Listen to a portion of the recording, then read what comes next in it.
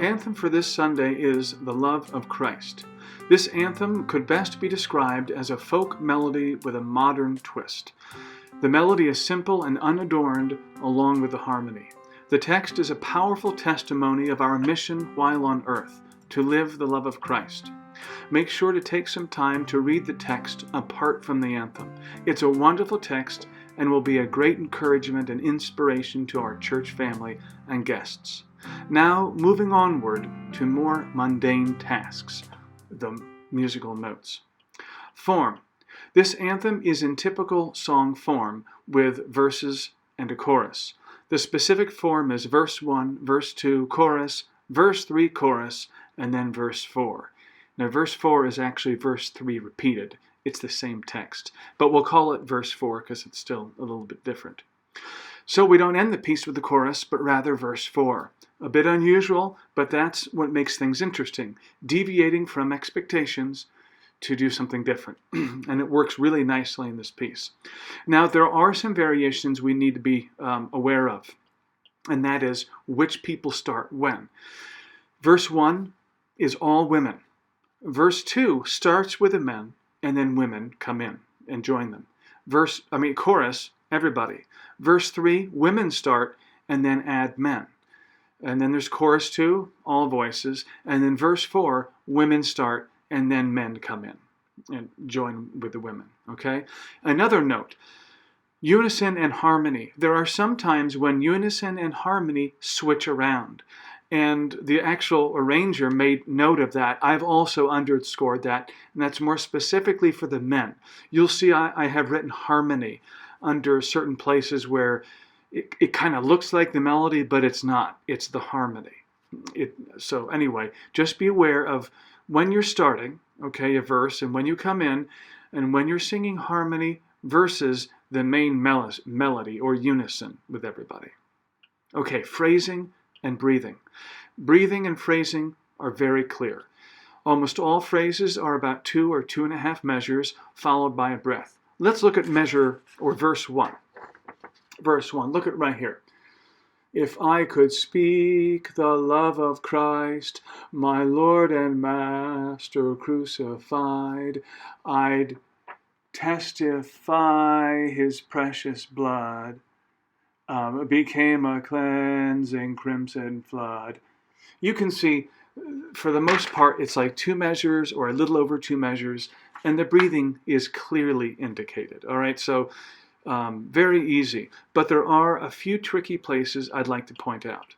Okay, I want you to avoid the tied eighth notes, okay? I've crossed out tied eighth notes in several places to make it easier to line up our cutoffs. And I've often done this when we used to meet in person. And can you believe I said that? When we used to meet in person? A sign of the times. Sorry I had to say that. But anyway, let me show you an example, okay? The top of page 2.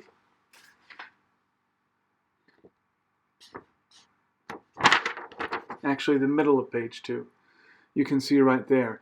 In songs of praise, right there. I've crossed out that eighth note. So it would sound like this.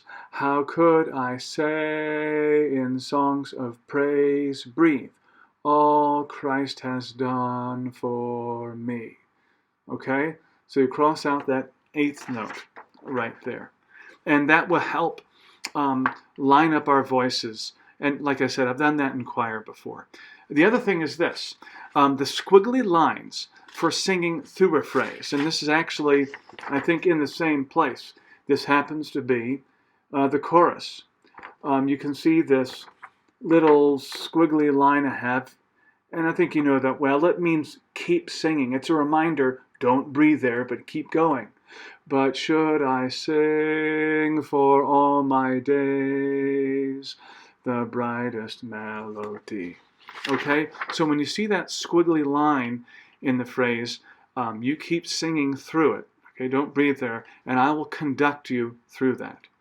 All right, the next thing is the word days in that same passage. I found this a little awkward when I was learning the piece.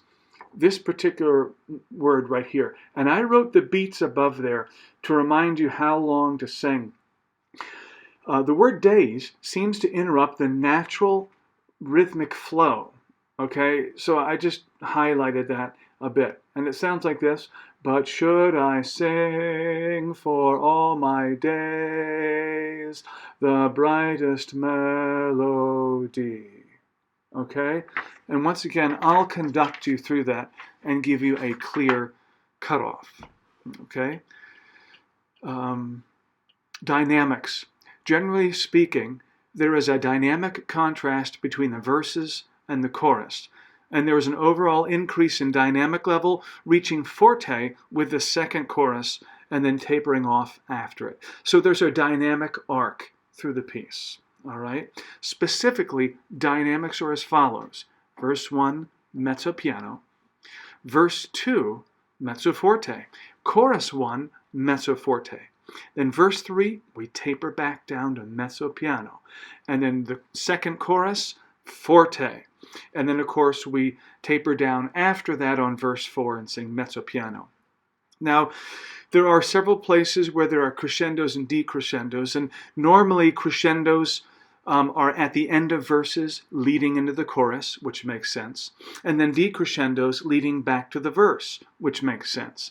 I didn't want to circle everything because it makes sense, as I've been saying over and over again.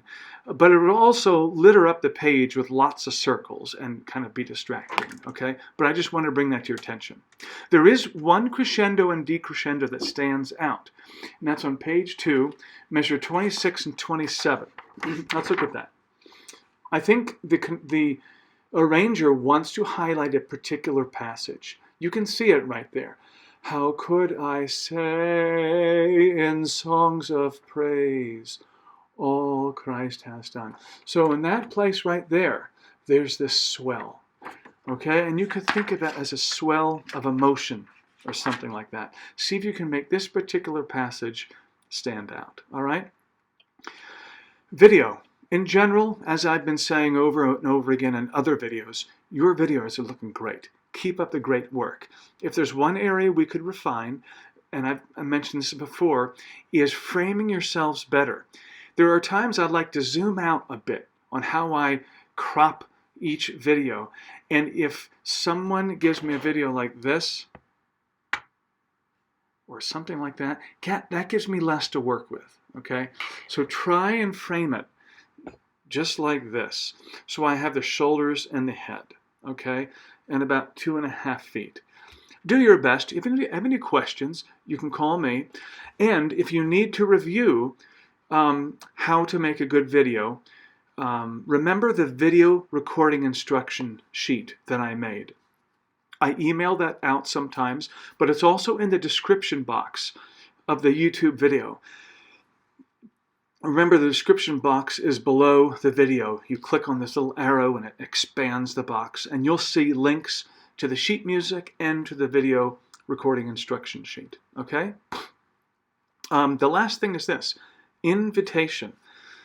Remember to invite people to participate with us. There are people out there that want to do this, and all they're waiting for is an invitation. They're just waiting to be asked.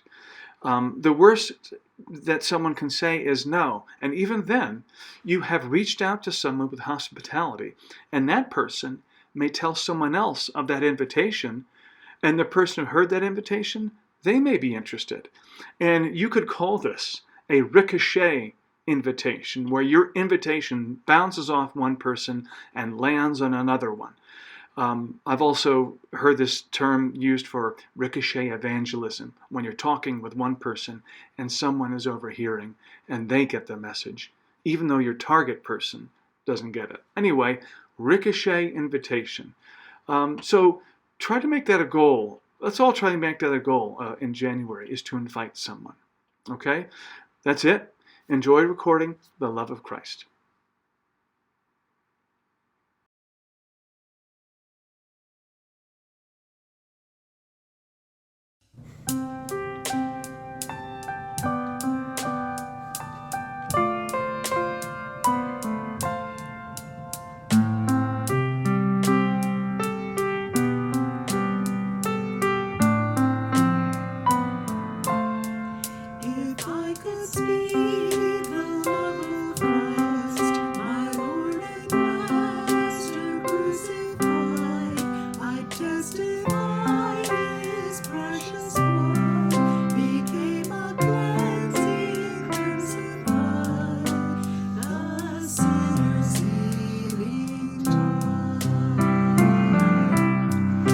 If I could sing the love of Christ, if such a song I'd ever find, each note would soar on eagle's wings to praise with angels as they sing the Savior of mankind. But should I sing for all my days the brightest melody, how could I sing songs of praise all Christ has done for me? So I must live the love of Christ and go where Christ alone would go. I'll bear his cross and share his pain without the hope of worldly gain. No greater love I'll show.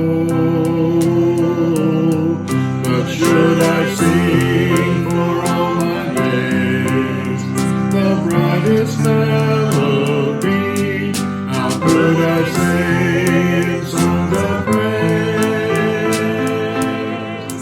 all Christ has done for me?